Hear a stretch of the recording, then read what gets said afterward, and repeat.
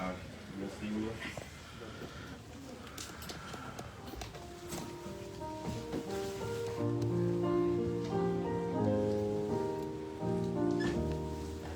Fuente de la vida eterna y de toda bendición, ensalzar tu gracia tierna debe cada corazón.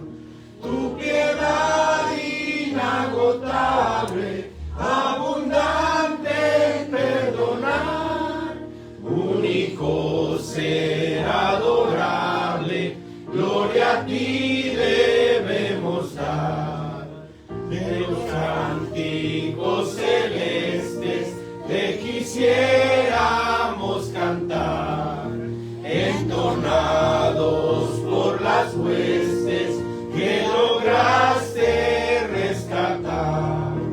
Almas que a buscar viniste, porque les tuviste amor, de ellas te compadeciste con tiernísimo favor.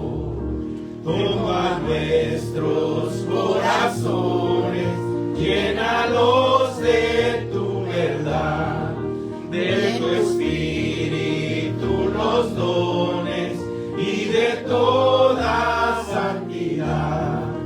Guíanos en obediencia, humildad, amor y fe.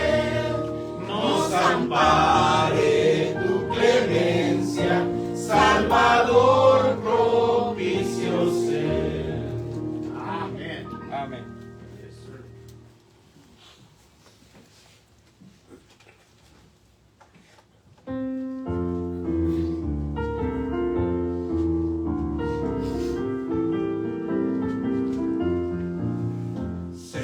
Señor, ¿quién entrará en tu santuario para adorar? Señor, ¿quién entrará en tu santuario para adorar? El de manos limpias y un corazón puro y sin vanidades que sepa amar. El de manos limpias y un corazón puro y sin vanidades que sepa amar. Señor, yo quiero entrar en tu santuario para adorar. Señor, yo quiero entrar en tu santuario para adorar. Dame manos limpias y un corazón puro y sin vanidades, enséñame a amar. Dame manos limpias y un corazón puro y sin vanidades, enséñame a amar. Amén.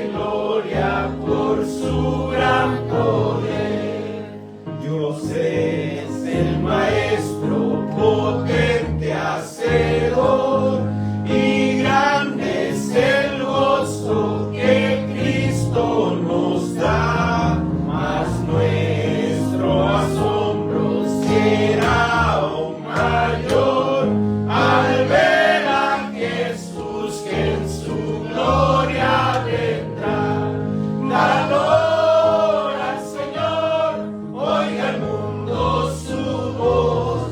Dador al Señor, nos gozamos en Dios. Vengamos al Padre y a su Hijo Jesús y démosle gloria por su gran poder. Amén. Tome asiento. Gloria a Dios.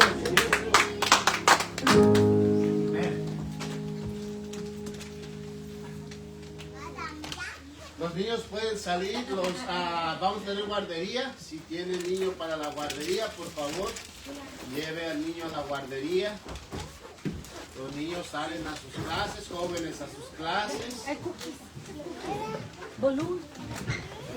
hijo, hola, juegas mucho, ¿ok? Cantas allá los animales.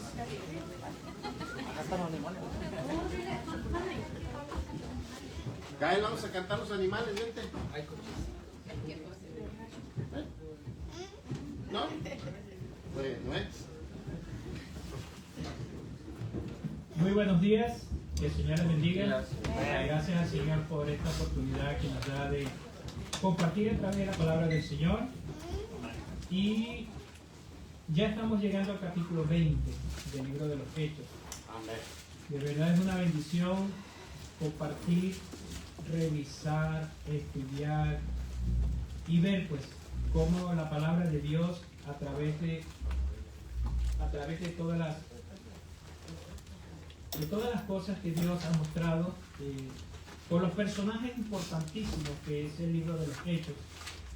Y gracias al Señor porque hemos podido entender que cada aspecto de este libro escrito por Lucas, el doctor Lucas, no tiene mucha enseñanza que pueda apropiarse, ¿no?, en cuanto a lo que es doctrina, pero sí está muy llena de principios bíblicos. Porque el libro de los Hechos es mucho más historia, pero que tiene principios bíblicos que debemos nosotros empezar a activar, recordar, apropiarnos. Y eso lo vamos a conseguir a medida que estudiemos la palabra de Dios. Entonces, allí tenemos esta lección de hoy. Quiero que se ubiquen en el libro de Filipenses, capítulo 2, versículos 3 y 4, porque este texto tiene mucho que ver con lo que es la lección en cuanto a lo que es finalizando el viaje misionero.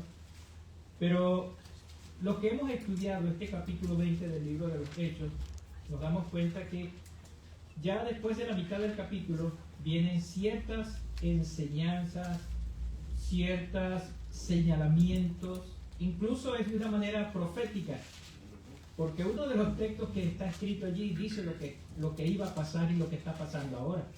Dice que incluso el apóstol Pablo dice, de este grupo de líderes, de pastores con quien él estaba reunido, dice, saldrán hombres que incluso engañarán.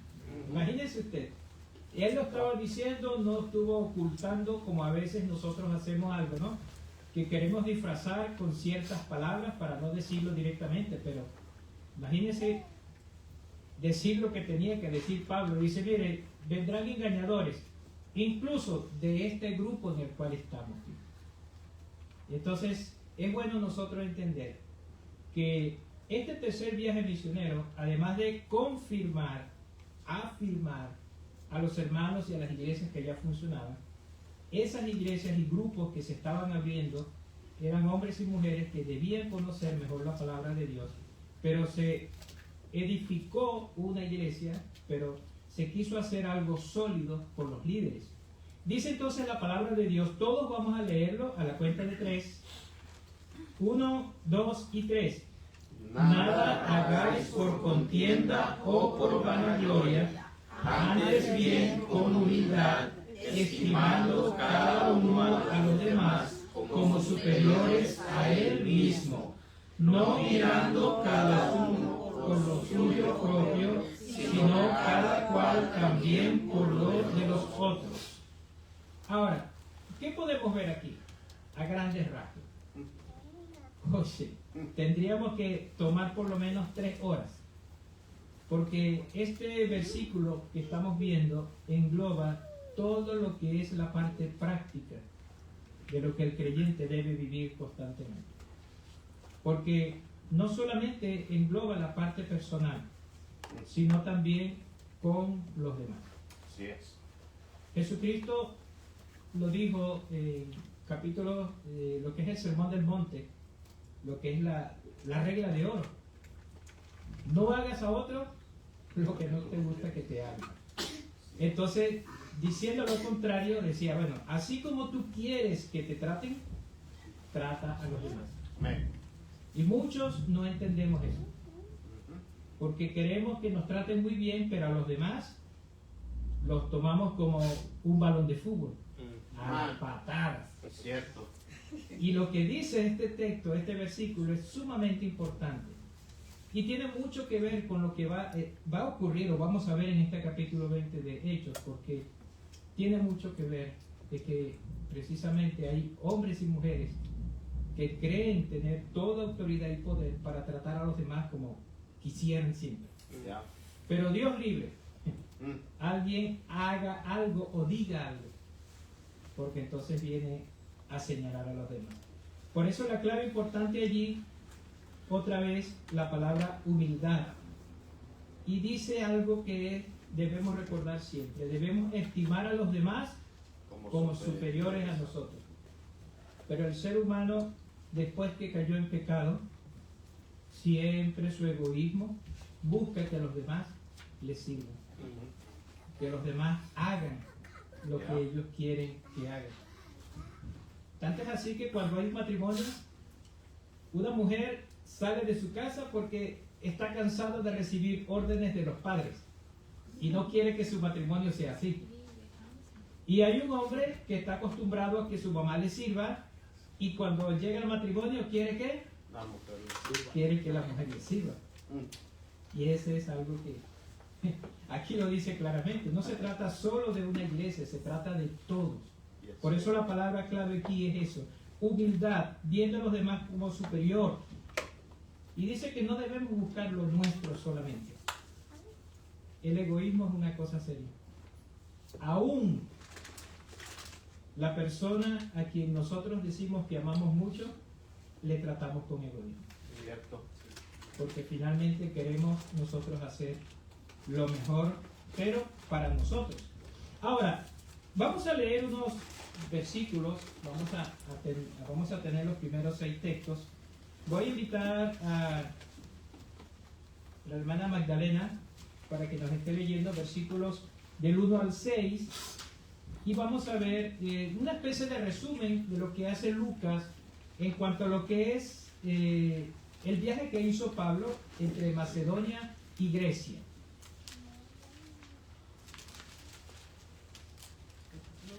Ya, capítulo 20 del 1 al 6. Después que cesó el alboroto, llamó Pablo a los discípulos, y habiéndoles exhortado y abrazado, se despidió y salió para ir a Macedonia.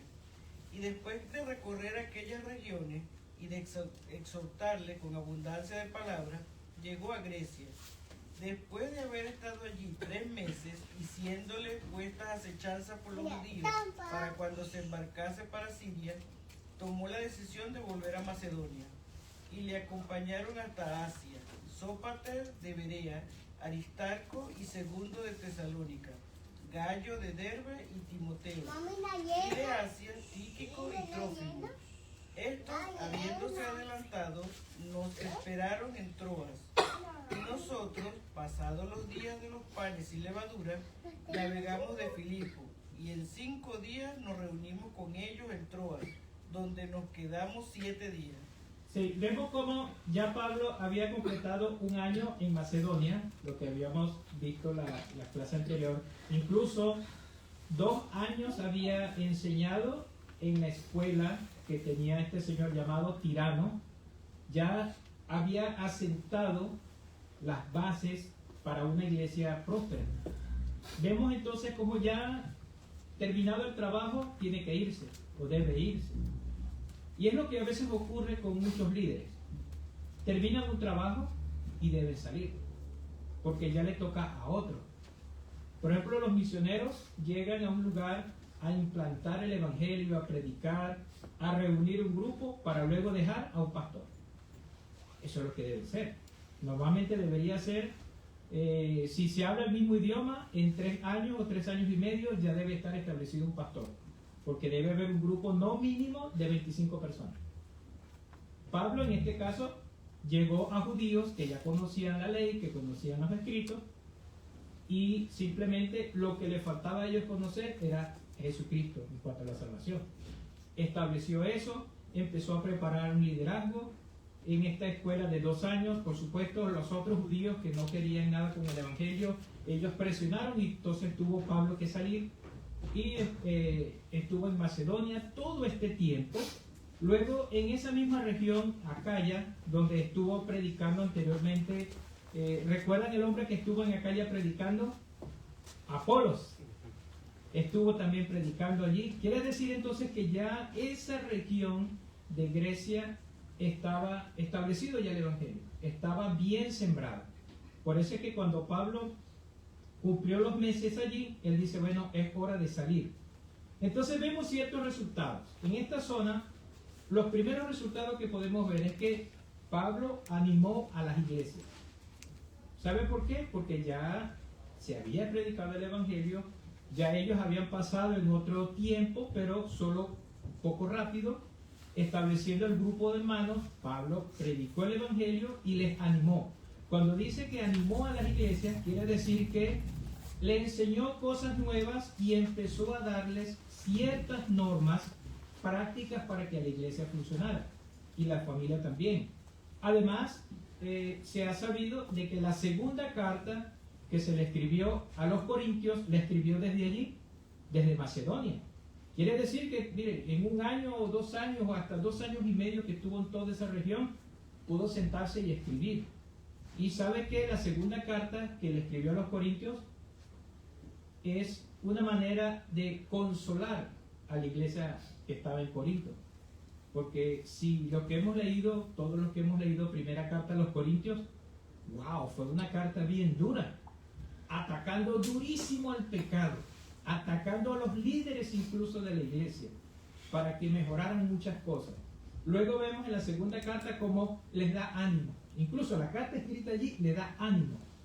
Y dice, en el capítulo 2, les dice, mira, ese hermano que ustedes sacaron porque no se quería arrepentir de lo que estaba haciendo, ahora recíbanlo, ayúdenlo a crecer. Esa es una de las cosas que dice en esta carta a la segunda a los Corintios. Además también, él planificó que querías ir a la región de Siria, la parte norte de Jerusalén. Por supuesto, no pudo, porque estando allí en esta región de Grecia y de Acaya, hubo mucha resistencia para que más bien dejara de predicar. Por eso más bien decidió esperar hasta que Dios le indicara cómo y hacia dónde seguir. Por eso él navegó hasta Filipos y, como leímos allí, llegó a Troas. En Troas era necesario estar con los hermanos, porque ya había un grupo de hermanos que estaban reuniéndose. Entonces vemos lo siguiente. ¿Qué hizo él lo primero? Vamos al versículo 7 al 12. Vamos a pedir, hermano Zenobio, que nos esté leyendo del 7 al 12. Capítulo 20 de Hechos. El primer día de la semana, reunidos los discípulos para partir el pan, Pablo les enseñaba, habiendo de salir al día siguiente, y alargó el discurso hasta la medianoche. Y había muchas lámparas en el aposento alto donde estaban reunidos. Y un joven llamado Eutico, que estaba sentado en la ventana, rendido de un sueño profundo, por cuanto Pablo disertaba largamente, vencido del sueño, cayó del tercer piso abajo y fue levantado muerto. Entonces descendió Pablo y se echó sobre él, y abrazándole dijo: no os alarméis, pues está vivo. Después de haber subido y partido el pan y comido, habló largamente hasta el alba, y así salió. Y llevaron al joven vivo y fueron grandemente consolados. Gracias, hermano. Allí vemos dos temas sumamente importantes. Lo primero es que estaban reuniéndose, dice el 7, ¿cómo comienza? El primer día de la semana. ¿Cuál es el primer día de la semana? El domingo. El domingo. Y aquí lo dice claramente, el primer día de la semana. No como muchos, los adventistas, para ser bien directos, ellos dicen que el día de adorar a Dios es el sábado. Porque ellos toman la palabra Sabbat y ellos creen que la palabra Sabbat se refiere específicamente al día sábado como sábado. Cuando Sabbat, el trasfondo de la palabra Sabbat significa descanso. Una cosa es el día de descanso y otra cosa es el Sabbat, el sábado. Por ejemplo, aquí la mayoría que tenemos empleo, no todos tienen un mismo día de descanso, ¿cierto?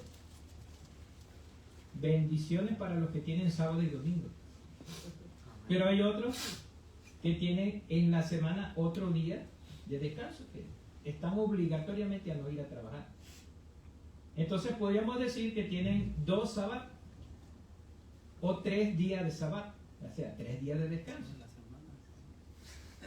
Y los que no tienen empleo, tienen muchos sábados. Años sabáticos. Es como que un poquito complicado en este país si tienen muchos días sabáticos. Entonces, lo importante, a pesar de que es una frase corta, esto es una manera en que la iglesia debe recibir como principio bíblico que el día de reunión de la iglesia es el día domingo o el primer día de la semana. Recuerden que el primer día de la semana comenzó la creación de este mundo. El primer día de la semana. Y el hecho más importante en cuanto a la salvación fue la resurrección de nuestro Señor Jesucristo. Amén. El primer día de la semana. O sea que son dos hechos sumamente importantes, el cual es tomado para alabar y glorificar al Señor. Eso no quiere decir de que estás en pecado si tú trabajas el domingo y tienes que trabajar. Al contrario, ese día que estás trabajando, dedícaselo al Señor, en tu mente, en tu corazón, en tu momento de descanso. Cumple con el Señor ese día y congrégate otro día. En cuanto a tomar el día sábado como día de descanso y supuestamente el único día que debe servir al Señor, eso tiene un problema. Porque entonces las personas están amarradas a un día. El día llega a ser señor de la gente que quiere estar en ese día. Y el mismo Jesucristo lo dijo. Mira, yo soy el Señor del descanso. Yo soy el Señor de ese día de descanso. Si nos reunimos es para glorificar al Señor. Amén. No es que nos reunimos porque es domingo. En cambio, el otro grupo que les mencioné hace poco, ellos se reúnen porque es sábado. Cumpliendo como lo que dicen los judíos, que el día sábado para ellos también, ese día, incluso el que no vaya a reunirse con otros, quédese en su casa y no haga nada, está ahí tranquilito. Pero la ley a la cual está amarrada ese día de descanso les prohíbe hacer cualquier cosa. Dice que ni siquiera debe caminar mucho más que un tiro de piedra, y sea un tiro de piedra aproximadamente 125 metros. ¿Para qué? Para que la persona no se fatigue. Porque el día de descanso debes descansar. Pero los que viven lejos de la iglesia donde se reúnen, ¿cómo hacen? No van a ir caminando. Pero también dice la ley, ni tú, ni tu hijo, ni tu asno, ni tu forastero debe hacer nada ese día. Y los que no tienen vehículo, utilizan el transporte público. ¿Verdad que sí? Un taxi, un Uber, transporte público. Y pasa a ser, indirectamente, a ser siervo de esa persona quien lo lleva hasta el lugar hasta que lo traslada. O sea que indirectamente está incumpliendo esa ley. Y la pregunta es, ¿cómo come?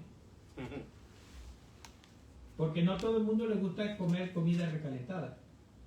Quizás algunos dicen, bueno, está bien, vamos a hacer la comida y comemos. Pero está también quien no hace comida, pero tiene quien se la haga. Es un siervo. Y así, pues si empezamos a ver ciertos detallitos, el día sábado ellos lo toman como que ellos adoraran al sábado, no al Señor del sábado. Porque el Señor del sábado y el Señor del domingo es el Señor del lunes, martes, miércoles, jueves y viernes. Amén. Y ahí es donde Jesucristo dijo, yo soy el Señor del día de descanso. Es decir, yo soy a quien ustedes deben adorar. Entonces, es tremendo.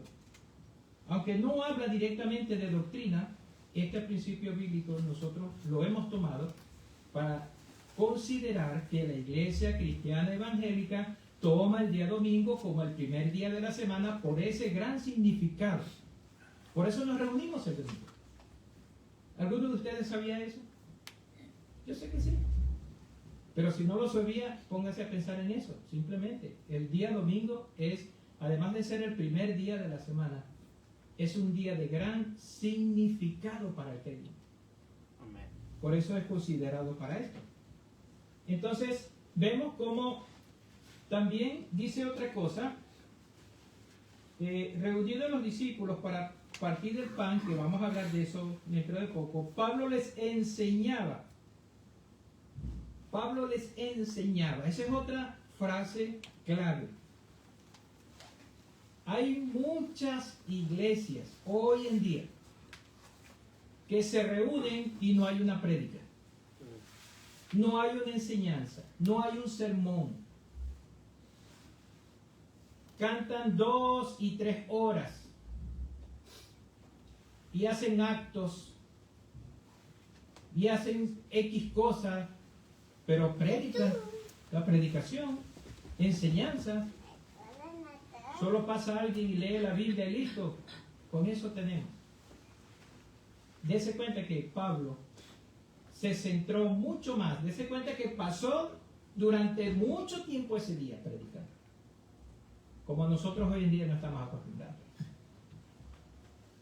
Actualmente nosotros contamos los minutos esperando que termine y estamos siempre viendo el reloj, falta esto, faltan tanto.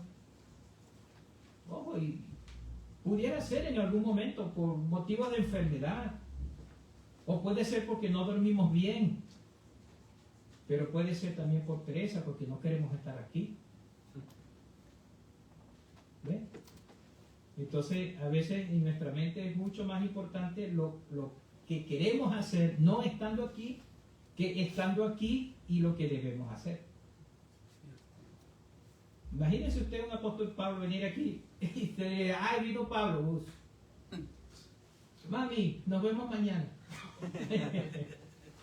Es tremendo, ¿no? Pero dése cuenta que está bien, pero bien marcado. En las reuniones donde estaba Pablo había prédicas. Incluso hay iglesias que pasa un pastor o un líder o alguien, un maestro, y a veces lo que hace es una charla reflexiva. Sí, o por ejemplo, nosotros conocemos un pastor que tardaba 25, 30 minutos hablando y era yo hice, yo conocí, yo estuve, mi familia hace esto. Eso es la prédica. Tremendo. Eso es la predicación que hacía él. Y a veces nosotros queremos escuchar eso. ¿Por qué queremos escuchar a veces eso? Para ver si a él le pasó lo mismo que a mí. Pero nosotros debemos esperar siempre escuchar de la palabra de Dios. Nosotros no debemos evitar lo que es la experiencia que tienen los pastores o los líderes o los maestros, los misioneros, porque de acuerdo a esa experiencia Dios le ha usado y quizás algo de eso que él ha vivido me pueda servir a mí. Pero recuerden, no todo el mundo es igual. No todos los lugares son iguales. No todas las iglesias deben manejarse de la misma manera. No todas las familias deben ser de la misma manera. Por eso es que cuando se predica de aquí hay que estar con los oídos atentos. No de los testimonios que esté dando la persona, sino de lo que la palabra de Dios nos quiere enseñar, que es mucho más importante. Si nosotros vivimos por lo que los demás viven, no tiene sentido utilizar la Biblia, porque esa persona que da testimonio está diciendo que quizás haya algo que me interese, pero lo más importante debe ser lo que dice la palabra de Dios. Eso. Y como lo último que se dijo la semana pasada en la enseñanza, mucha gente evita la Biblia, no porque la Biblia se contradice, según ellos, sino porque lo que la Biblia dice te contradice a ti y a tu vida. Y muchos no queremos nosotros no queremos hacer lo que dice la Biblia, porque o estoy en pecado y no quiero corregirlo, o estoy tan tranquilo, estoy tan fresco, no siento ningún tipo de presión, así estoy bien. Si hago algo más, quizás tengo que hacer algo por otro que no me gusta. Por eso es que muchos no estudian la Biblia, o muchos no quieren escuchar de la Biblia, porque están obligados a cumplir el reto que da la palabra de Dios, el desafío. Entonces, por eso es que Pablo siempre donde estaba, el apóstol Pablo, predicaba. Y yo ese consejo que les doy a todos, los que están aquí, los que en alguna vez van a ver este video. Si usted está en una iglesia donde no se predica, usted está perdiendo el tiempo. Si usted está en un lugar donde no hay una enseñanza que te rete a cambiar, sal de allí, porque estás perdiendo tu tiempo.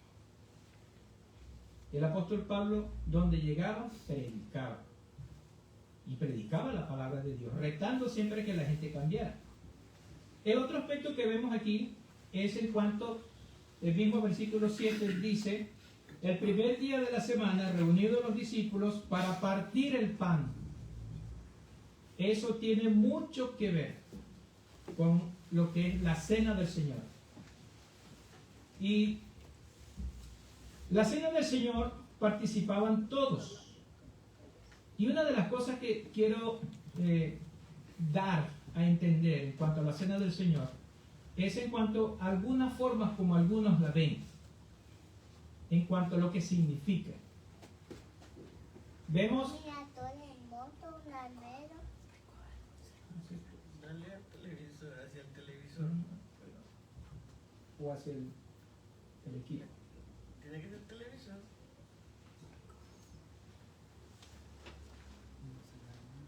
Ahí está. Ahí está, el versículo 7 también.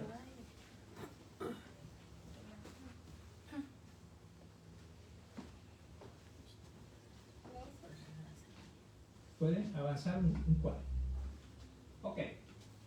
Hay 4 puntos de vista en cuanto a lo que representa la cena del Señor para ciertos grupos.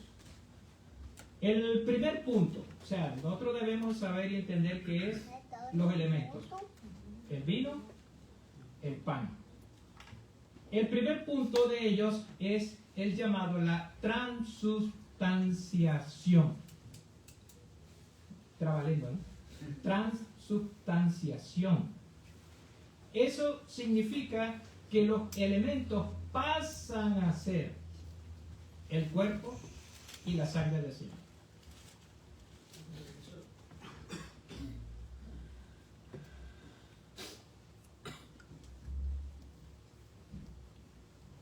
Ok, transubstanciación. Eso lo utilizan normalmente la Iglesia Católica. Cuando ellos pasan lo que es la, ¿cómo se llama? La Eucaristía. Hostia. Pasa la Eucaristía, el evento es la Eucaristía.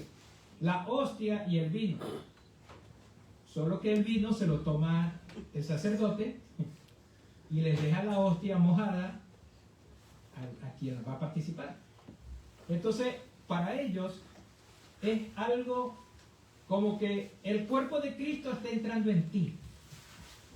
Eso es lo que dicen, ¿no? Eso es lo que ellos entienden y creen, que tú estás tomando el cuerpo de Cristo. Literal. Incluso, sí, incluso de una manera literal. Ellos creen que esa hostia que te están dando en la boca, ese es el cuerpo de Cristo, mojado en su sangre. Ese es el cuerpo de Cristo. Y cuando toma eso, es como que te estuvieras, ¿cómo diríamos la palabra? Te estás purificando. Porque Cristo está entrando en ti. Entonces, si nosotros consideramos esto como verdadero, estamos teniendo un problema. Porque cada vez que se toma la cena, es como que Jesucristo se estuviera sacrificando. Es decir, ¿cuántas veces tiene que sacrificarse Jesucristo para que tú seas diferente totalmente? Cada vez es un sacrificio. Y esa figura también viene acompañada del crucifijo que siempre ellos tienen allí, porque muestran a un Jesucristo crucificado constantemente. Eso tiene mucho que ver con esa imagen. Y nosotros debemos entender que esa palabra de transubstanciación significa transformar el cuerpo de Cristo en lo que estás comiendo. Para nosotros no debe ser correcto. Porque nosotros somos parte del cuerpo de Cristo. Amén. Para empezar. Y segundo, Jesucristo no tiene que morir más veces, porque ya lo hizo. Dice, y murió una sola vez. Una sola vez. Entonces está el otro aspecto, que es el aspecto llamado consubstanciación. Es decir, el cuerpo de Cristo está acompañando a los elementos. Consubstanciación, está acompañando a los elementos. ¿Y sabía usted que ese término salió de Martín Lutero? De la iglesia luterana, que hoy también está activa. Ellos consideran que es como algo espiritual, que en ese momento que se está compartiendo el pan, eso viene a ser el cuerpo de Cristo. No se transforma, sino que está con el cuerpo de Cristo. Es parte de ese elemento. Y nosotros debemos entender que no es así. Porque ya ese sacrificio de Cristo se hizo. No se debe repetir más. Es solo una vez. Lamentablemente hay muchos, no solamente la iglesia luterana, sino otros que entienden. Es como que fuera algo espiritualizando ese aspecto de lo que es el cuerpo y la sangre de Cristo en el vino y el pan. Ellos lo dicen que está ese elemento en el cuerpo de Cristo, está con el cuerpo de Cristo y está bajo el cuerpo de Cristo. Ellos lo ponen así como blindado. Pero solo se activa cuando se hace la cena del Señor. Mientras tanto son elementos cualquiera. Nosotros debemos entender que eso es algo mucho más profundo de lo que ellos están diciendo. No es solamente que se transforma. Existe el otro punto de vista, que es la presencia espiritual. La presencia espiritual es algo místico. Al presentar el cuerpo y la sangre de Cristo en el pan y el vino, es como que se está envolviendo en un aura. Es algo espiritual lo que está ocurriendo allí. No es una transformación, sino que lo que se está haciendo es algo netamente espiritual. Jesucristo está entrando en ti, pero en espíritu. Ellos saben que los elementos no se transforman en Cristo, pero es como que en ese momento, la pregunta mía, el cristiano que haga eso y piense y cree en eso, ¿tendrá Cristo realmente en su corazón? Porque si esos elementos hacen que Cristo entre en él, entonces Jesucristo no está allá. Es como cuando a veces cantamos al Espíritu Santo. Oh Espíritu, ven. Si yo llamo al Espíritu Santo, quiere decir que yo no creo que esté en mí. O sí. Pues se supone que desde que nosotros creímos, fuimos sellados con el Espíritu Santo de Dios.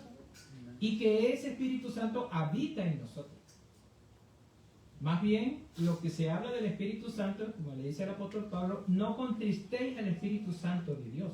Es decir, no hagas que se entristezca por las cosas malas que estás haciendo. A eso se refiere. Quiere decir que ya está en nosotros. Dios habitando en nosotros a través del Espíritu Santo.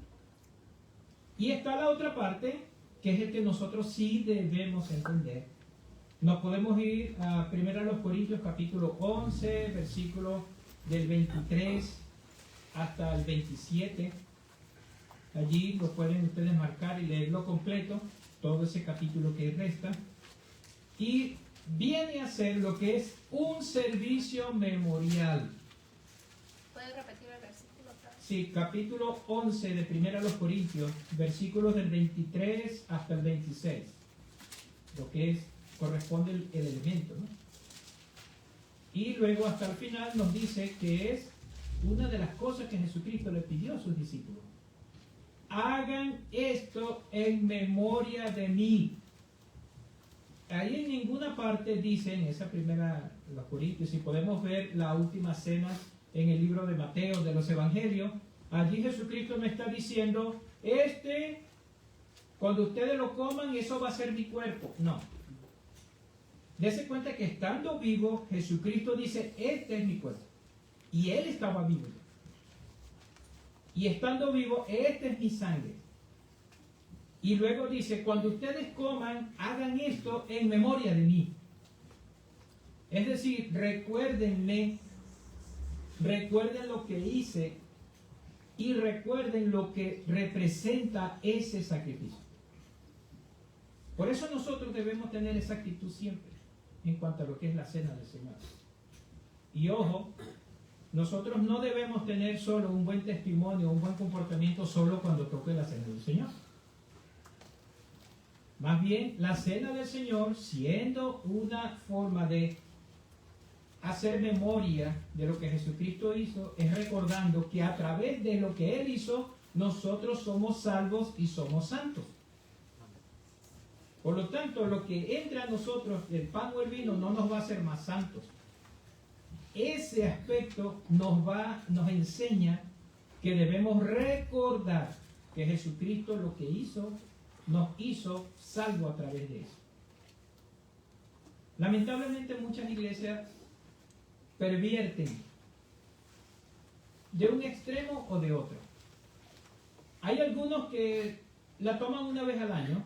Yo no estoy diciendo que sea pecado tomarla una vez al año, sino que es como diciendo, poniéndolo en una actividad sumamente tan especial, y lo hacen solo una vez al año, pero con su idea de que Jesucristo es el que está entrando en ese momento en su boca. La idea es conmemorar constantemente a Jesucristo. Conmemorar. Como hay otros que lo pervierten de la manera también, que es que lo comparten con personas que no son bautizados, con personas que no son creyentes, con personas que ni siquiera tienen que ver con la iglesia. Una vez leí un libro de un misionero que él dice, una vez estaba en la playa y le prediqué el evangelio a algunas personas y luego se me ocurrió una idea. Wow, si les prediqué a Cristo, ¿por qué no les puedo mostrar la cena del Señor? Y llamé a todos, vengan. Hice la cena del Señor en ese momento. O sea, yo no puedo espiritualizar los elementos de la cena del Señor, pero tampoco puedo hacer algo como tan liviano, recordar a Jesucristo. No puede ser compartido con personas que no estén comprometidos con Jesucristo, con la iglesia, con su cuerpo. Porque si vemos la base de la última cena, ¿a quién llamó Jesucristo? A los más cercanos a Él, a los comprometidos, a los 12. Asimismo debe ser. Cuando ya pasa que el apóstol Pablo habla de lo que es la cena del Señor, está hablando a la iglesia, pero está hablando a la iglesia comprometida con Cristo, para que no se pervierta. No tenerlo muy en poco, pero tampoco o espiritualizarlo o tenerlo como un dogma o algo así que la gente vea que es como una especie de amuleto. Ah, me voy a portar bien porque mañana voy a tomar la cena del Señor. Entonces, eso es algo bien importante y lo estamos viendo en este libro que es historia, pero que como principio bíblico está diciendo que la iglesia debe tomar la cena del Señor como el recordatorio que Jesucristo pidió en cuanto a su ministerio de salvación. No puede ser algo tomado deportivamente, cada vez que tú quieras, ni con quien tú quieras.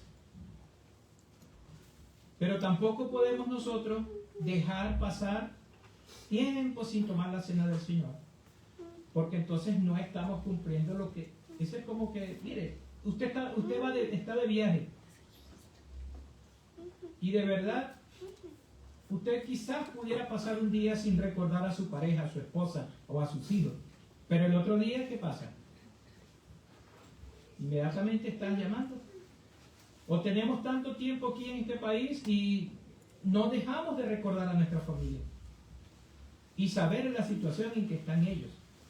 Por eso nosotros debemos entender que cuando Jesucristo le está diciendo, porque es un mandato, debemos hacer la cena del Señor solo para glorificar al Señor, recordar el sacrificio que hizo por nosotros. Y recordando también que Él murió solo una vez por los pecados. Amén. Así es. No se va a transformar constantemente. Vemos como versículos 8 y 9, dentro de ese mismo aspecto, pasó algo. Pasó una crisis, como leyó el hermano Zenobio.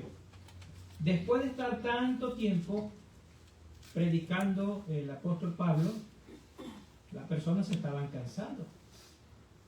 Y este joven llamado Eutico, el hombre estaba sentado en una de las ventanas y se cayó. Se cayó. Gracias a Dios que no estamos en las ventanas. Gracias a Dios que tenemos la silla y que si nos caemos, bueno, lo más que puede hacer es darnos pena. No importa que se rían, ¿verdad? Pero quedamos vivos. Entonces lo que pasó allí es que, mire, estaba Pablo predicando y la palabra de predicar que es utilizada aquí, que es en cuanto a lo que es enseñanza, se refiere mucho más a lo que es la palabra diálogo. No está como hoy, aquí yo diciendo y hablando, había un diálogo. Eso da a entender que el apóstol Pablo estaba respondiendo preguntas de los hermanos. Imagínense, a veces cuando empiezan a preguntar sobre algo, uno dice, oye, pero ya van 20 minutos, te pasaste 10, te pasaste 15. ¿Por qué? Pues está respondiendo preguntas. Entonces, esta palabra básica de lo que es el griego, en lo que escribió Lucas en Hechos, da a entender que Pablo, después de terminar su enseñanza, estaba respondiendo preguntas. Me imagino que tendrían muchas preguntas esos hermanos, por dos razones. Primero, porque sí estudiaban los escritos. Y segundo, porque habían cosas nuevas que el apóstol Pablo les estaba enseñando. No se ríen, hermano. Cuando digo que sí estudiaban los escritos, no es que yo dije que ustedes no estudian la Biblia. No, yo no lo digo. Lo dicen las encuestas. Las encuestas lo dicen, yo no. Y es lo que ocurre, ¿no? Eso es algo tan normal. Cuando en una lección no hay preguntas, solo dos cosas pasan. O se entendió muy bien lo que se dijo, o la persona no prestó atención y no sabe nada de ese tema. Por eso no hay preguntas. Temen equivocarse al preguntar. Entonces, eso es lo que da a entender este pasaje, que el apóstol Pablo, después de la enseñanza, estaba dialogando con ellos, respondiendo preguntas. Gente que sí estaba interesada en la palabra de Dios. Yo no quiero decir que ustedes no, simplemente que ellos sí estaban. Por eso preguntaban, por eso intervenían, por eso se hizo largo y dirá Eutico, pero ¿por qué se largaron? Se cayó pobre Eutico. Y hay algo que pasó, a pesar de que pudo haber sido una crisis, no pasó a ser una crisis, pasó a ser un susto.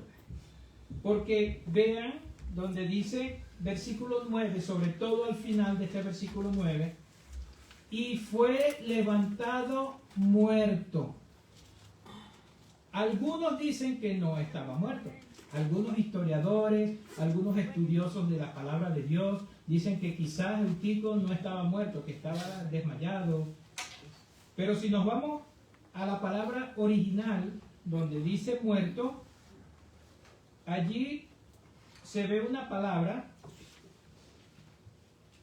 que es necros. Y necros directamente significa muerto o cadáver. Necros significa muerto o cadáver. ¿Han escuchado ustedes esa palabra? Necros. Necropsia. O en español, autopsia. Ah, esa sí, ¿verdad? Bueno, necropsia es una operación a un muerto. A eso se refiere. Entonces, de ahí viene la palabra necros, que significa cadáver o muerto. Y no sé si ustedes recuerdan, ¿quién escribió el libro de los Hechos? Un médico. ¿Quién lo escribió? Un médico. Un médico, Lucas. Y si el Lucas, el médico, escribió versículo 9 y fue levantado muerto, ¿qué vamos a discutir nosotros? ¿Quién sabe más? ¿Usted o el médico? El médico. Y si lo escribió y él estaba presente, ¿qué mejor testimonio para decir de que había sido levantado muerto? Estaba muerto. Y es por algunos quieren, como decimos en Venezuela, buscarle las 5 patas al gato, decir que él lo que estaba era desmayado, que sí, pero se cayó fuerte y posiblemente una altura de ¿cuántos? Un tercer piso aproximadamente, son 2,5 metros por cada piso. 7 metros. Uy. 8. ¡Wow! Y aparte de eso estaba durmiendo. Yo no creo que se... Ni la ¿Qué? mano metió. No, yo creo que metió fue la cabeza al piso. Es tremendo, ¿no? Aquí Lucas no lo cuenta como un milagro como tal, pero lo que dice de eso lo dice claramente. El médico Lucas dijo que el hombre estaba muerto. Entonces el apóstol Pablo interrumpió lo que estaba haciendo, porque es algo inaudito que no interrumpa, ¿no? Porque se cayó alguien tan lejos, la gente fue asustada, llorando, y él dice, tranquilo, tranquilo. Como sigue diciendo allí, que entonces descendió Pablo, versículo 10, y se echó sobre él, y abrazándole dijo, no se alarme, quédese tranquilo. Dirá, tranquilo, que ese hombre ahí todo machucado. Y dijo claramente, pues está vivo. ¿Ustedes no recuerdan una vez a alguien que fue resucitado? Que este hombre se le posó encima al cadáver. En el Antiguo Testamento. Elías. Dice que se posó sobre el cadáver, inmediatamente tomó vida. ¿Qué hizo Pablo? Él no hizo, para cálmese, ya va, voy a resucitarlo, tranquilo. No dijo eso.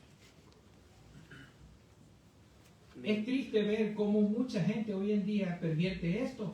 Ni decretó ni declaró. No. ¿Sabe usted que aquí mismo en Estados Unidos una mujer fue detenida porque el cadáver de su mamá, ella lo tuvo como 8 días? Porque ella estaba orando para que Dios la resucitara. Y lo que hizo fue, quedó como loca. Y fue detenida. No sé si estará ahorita en el manicomio, no sé dónde estará, pero más bien fue un mal testimonio para el pueblo cristiano. En cambio vemos a Pablo bien tranquilo, diciendo cálmese, cálmese, cálmese, cálmese. Yo no me hubiera calmado, de verdad, porque eso fue un accidente bien feo. Bien tranquilo y lo dijo claramente, él está bien. Pero en el versículo anterior, el médico Lucas había dicho, está muerto. Entonces podemos pensar, bueno, ¿quién es médico? ¿Pablo o Lucas? No Pablo, el médico dijo que estaba muerto. En realidad lo que pasó allí fue un milagro de parte de Dios. Amén. Y eso también viene a ver algo en que el liderazgo de la iglesia, las personas que enseñan, o las personas que pasan a tener cierta autoridad en la iglesia, deben ver esto como algo bueno y un ejemplo. A veces muchos de nosotros agrandamos demasiado lo que está pasando para crear una crisis, cuando más bien debemos ser todo lo contrario, calmar a los que entraron en crisis. Y yo les digo una cosa, eso va a ocurrir siempre, de los dos lados. Siempre va a haber alguien que va a poner las cosas tan grandes como para decir, oye, ya no hay más nada que hacer. Pero ¿qué tiene que hacer el Hijo de Dios? Y no solamente un pastor, no solamente un maestro, no solamente un líder, cualquier hijo de Dios. Tiene que hacer esto. Recurrir a Dios. Yo le digo una cosa, lo que está ocurriendo en el país, aquí, eso no es fácil para muchos de nosotros. Que estamos como quien dice a la vuelta de la esquina, puede estar esperando el pedazo de hielo. ¿Verdad que sí? Pero ¿qué debemos hacer nosotros? Poner las cosas en las manos de Dios. Amén. Confiar nosotros y hacer que otros confíen en Dios. ¿Qué solución va a dar Dios? No sabemos. Pero aquí el apóstol Pablo está diciendo, tranquilícense, no está muerto. Tenemos que decir, no todo está perdido. Por supuesto, no podemos decir, no todo está perdido y temblando y no hacer nada. Hay que hacer algo. Pablo actuó. Y eso que actuó le dio confianza a esa gente que estaba allí. Y no fue algo al vacío. Simplemente cuando Pablo se echó sobre él, lo abrazó y lo levantó. Y lo vaya. Cuídenlo. Y siguió predicando, siguió enseñando, siguió respondiendo preguntas. ¿Y ustedes creen que después de eso alguien más se durmió? Yo creo que no. O por lo menos se quitaron de las ventanas. Entonces debemos nosotros entender que de alguna manera Dios siempre está haciendo un milagro para nosotros. Amén. No como la gente dice, ven y trae tu paralítico, tu ciego. No, hermano. ¿Usted sabe cuántas veces Dios te ha librado de la muerte y tú no te has dado cuenta? Amén. Amén. La forma en cómo Dios provee las cosas que tenemos. A veces ni nos damos cuenta. Mire, la palabra de Dios nos dice que joven fui y envejecido y no he visto justo desamparado ni su simiente que mendigue pan. Eso es un milagro. Porque a veces ni trabajamos. Y es donde Dios se manifiesta. Dios actúa. Entonces, ¿qué pasa? Ya cerrando, para dejar la otra parte para la próxima semana. Nosotros debemos entender, hermanos, que Dios sí está al control de todas las cosas. Amén. Porque pudo haber sido una crisis y que quizás eso que pasó, si este Eutico hubiera quedado muertecito, hasta allí hubiera llegado la enseñanza del apóstol Pablo. ¿Y qué iba a hacer la gente? No podemos seguir. Tenemos que enterrar a este muerto y no sé, Pablo, pero me parece que no prediques tan largo. Amén. ¿Qué hubiera pasado? Amén. Pero ¿qué hizo Dios? Se glorificó en eso que pudo haber sido una crisis. Hermanos, Dios está para resolver nuestras crisis, pero no como queremos, sino como Él ha querido siempre, bajo su divina voluntad. Entonces, hermanos, mire, yo les recomiendo repasar otra vez el texto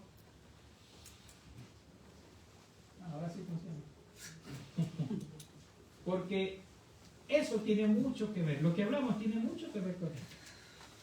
A veces queremos nosotros avasallar, estar encima de los demás, pero si nosotros utilizamos la palabra de Dios, como dice allí, como dice aquí también, nosotros vamos a ver que es Dios quien va a actuar a través de nosotros. Porque es fácil nosotros querer empujar y motivar a los demás a hacer lo que queremos. Pero qué bueno cuando es la palabra de Dios que motiva a la iglesia a hacer lo que tiene que hacer. Amén. Que el Señor nos bendiga, que el Señor nos guarde. Vamos a orar. Padre Santo, le damos gracias porque solo usted y su palabra nos indican lo que debemos hacer. Gracias, Señor, por cada evento, por cada